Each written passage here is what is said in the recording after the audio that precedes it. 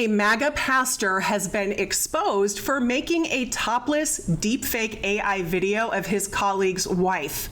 Seriously, cannot make this stuff up. Let's break down this scandal, which involves some of the most disgusting politicians in the state of Indiana, and then we're gonna dive into their social media pages, which seriously read like the burn book from Mean Girls, all right? First, the scandal. This is Micah Beckwith, a pastor in Indiana. People are disgusted by what they saw, and a lot of people are, freaking out over what they saw, and I can totally understand that. But I was in prayer this morning. We're doing a 21 days of prayer at a Life Church, and you know what the Lord told me? He said, Micah, he said, I sent those riots to Washington. He said, what you saw yesterday was my hand at work. Yep. The dude hears voices, which is pretty on brand for an evangelical Christian pastor, right? But he's not just a pastor. He's also Indiana's elected lieutenant governor. He's a full-time pastor. At the same time, he is a full-time lieutenant governor. And not only that, his church is a polling location during elections, and he uses the stage of his church to host Republican political events. Beckwith is a proud white Christian nationalist who has a truly delusional view of U.S. history. I would like to share with you the Three-Fifths Compromise is not a pro-discrimination compromise. It was not a pro-discrimination or a slave-driving compromise. This idea of this, it's a myth. It's called separation of church and state.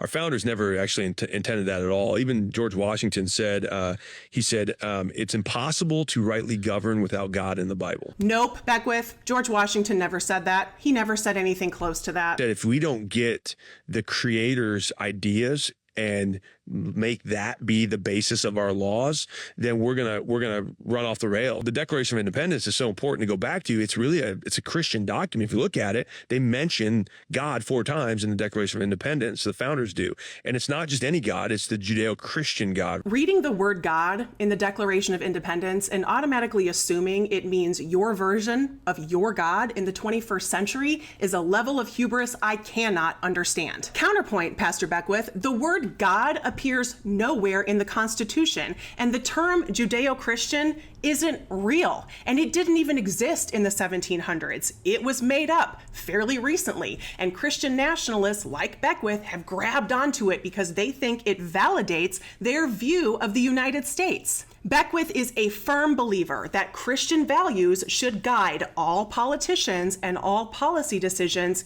in the U.S. And without those Christian values, what do you think would happen, Micah? Oftentimes, almost every single time, it will just lead to complete destruction, depravity. Depravity? My goodness. Does depravity include staffers in your office creating a deepfake AI video where a lawmaker's wife is dancing topless? According to staffers in Beckwith's office, at a talent show earlier this year, this lawmaker's wife performed a dance. And after that talent show, these staffers took the creative initiative to make a deepfake AI video of her dancing topless. These staffers say the video was played in the office, and Beckwith even watched the video. He laughed. He thought it was funny. But when he was asked about this video, Beckwith denied watching it, and he denied even knowing about the video's existence.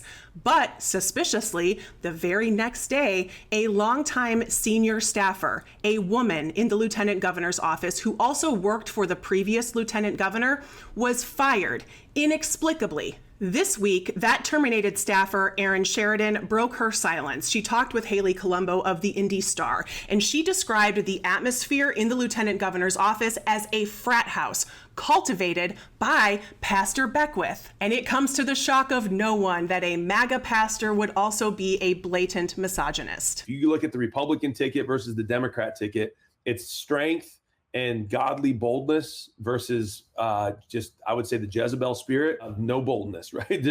Or boldness for immorality. A lot of the ideology and a lot of the policies and so forth are ultimately about control, which is the spirit of witchcraft, as we know, which that's what Jezebel operated in. He said that in October of 2024, right before the election. And the Jezebel allegory in the Bible is used a lot by evangelical Christians to discredit women or paint them as immoral. A lot of times this analogy is used when men want to accuse women of trying to take something that is rightfully theirs, like elected office, like the right they believe they have to run their office as a misogynist hellhole. Sheridan knew about this topless deepfake video, and she was going to do something about it, but Beckwith was not going to allow himself to be challenged by a woman, so he ousted her. Us rational people looking at this from the outside, we can see the blatant hypocrisy that seems to come from somebody espousing Christian values, but also being a blatant misogynist and exploiting someone's wife. But when it comes to this version of Christianity, the MAGA Christianity, misogyny, racism, homophobia, transphobia, all of those things are features, not bugs. Pastor Beckwith has quite an ally in another disgusting Christian nationalist in leadership in the state of Indiana, Attorney General Todd Rokita. Beckwith and Rokita collaborated on creating the Eyes on Education portal, which is part of the Attorney General's website in Indiana. This portal is designed to receive proof of so-called wokeness in Indiana, and it's seriously just like the burn book from Mean Girls. She is a fugly slut. Parents, students, and members of the public are encouraged to take photos of anything they think is leftist indoctrination in our schools. Things like pride flags, acknowledging that gay people exist, talking about comprehensive sex education, any curriculum that includes racism. Let's take a look at some of the submissions. This one from Canton High School just mentions a game that students can play to understand gender roles. This safety and inclusion training at Taylor High School just mentions diversity, equity, and inclusion. The horror. Oh, good Lord. This one is just a screenshot of a form at Purdue University Northwest where gender identity and preferred pronouns are included as optional categories. They're optional. Seriously, somebody took the time to take this screenshot and upload it to the portal.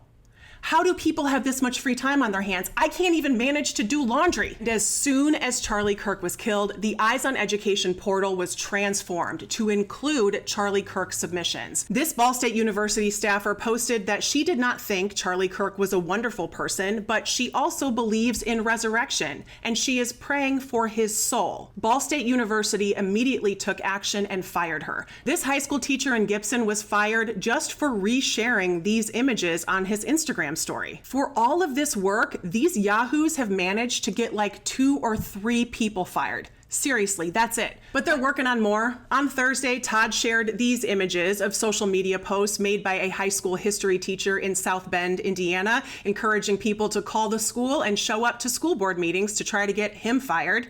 He's also encouraging Franklin College to fire this Spanish professor for the post she shared. I want to go back to this perspective really quick from Micah Beckwith, the perspective he shared about January 6th. And you know what the Lord told me? He said, Micah, he said, I sent those riots to Washington. He said, what you saw yesterday was my hand at work. On January 7th, he is in his car talking about how it was God's hand at work.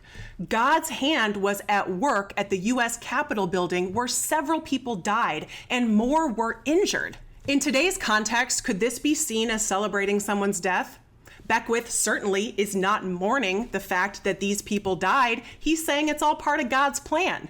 And is it only part of God's plan when Beckwith decides that it is, when he hears voices in his head? For Really American Media, I am Corinne Straight. Thank you so much for watching. Please subscribe, share, like, and leave a comment if you feel so inclined. I gotta get going. Gotta go do some laundry. What's that? God just told me not to do laundry. She said laundry's for losers. Who am I to argue with God?